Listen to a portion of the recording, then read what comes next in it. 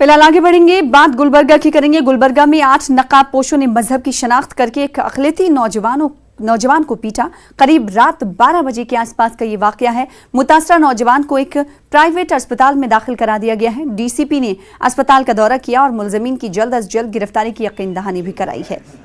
अक़लियती नौजवान पर हमले के बाद तिम्मापुरी सर्कल पर एहतजाज किया गया। पुलिस ने लोगों से अमन व अमान बनाए रखने की अपील की है। इस हवाले से मजीद तफसीलात हासिल करेंगे, अपने नुमाइंदे का भी रुख करेंगे।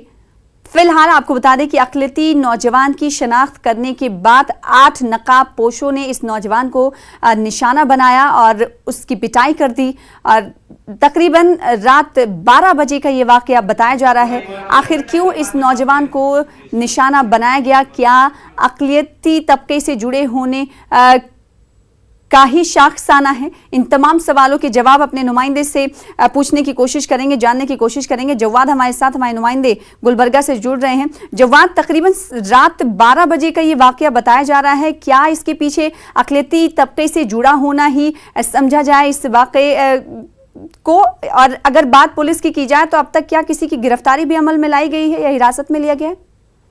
देखिए सना, इस मामले पे इसको एक जेएनयू मॉडल के तौर पर देखा जा रहा है। जिस तरह से जेएनयू में मिस्क्रिएंट्स ने जिस तरह से शरपसंदों ने नकाब लगाकर जिस तरह से हमला किया था, इस वाक़े को उसी जेएनयू तर्ज मॉडल के तौर पर देखा जा रहा है।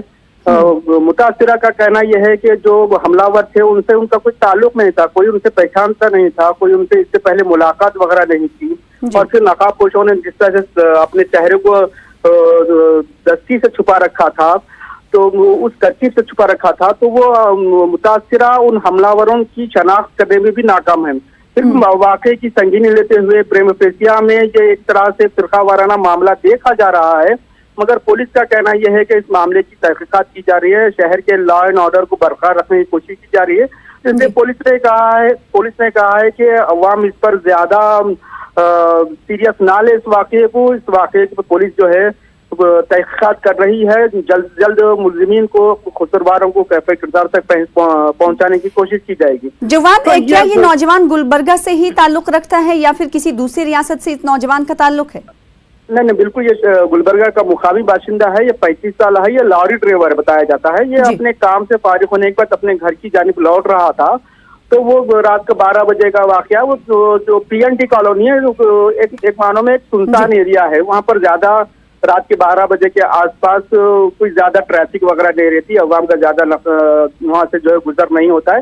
एक तरफ से सुनसान एरिया है, तो चेहरे से भी ये नौजवान कुछ हद तक नजर आ रहा है। चेहरे पे हल्की सी दाढ़ी वगैरह भी है, तो इससे आइडेंटिफाई करने में आसानी हो रही है कि एक पर्टिकुलर कम्युनिटी से बंदे का ताल्लुक है। तो बताया जाता है कि शरपसंदों ने पहले इससे कुछ बात वगैरह की, उसके बाद से जो ही मालूम हो गया कि मखसूस कम्युनिटी से इस बंदे का ताल्लुक है, तो उन्होंने मुतासरा के मुताबिक उन्होंने उसे मारना शुरू किया है। तो वो मुतासरा के मुताबिक तो वो कन्नड़ में बात कर रहे थे, जो उसमें कन्नड़ में बात करके उन्होंने कहा कि ये मखसूस कम्युनिटी से ताल्लुक रखता है, इसको पीटिए।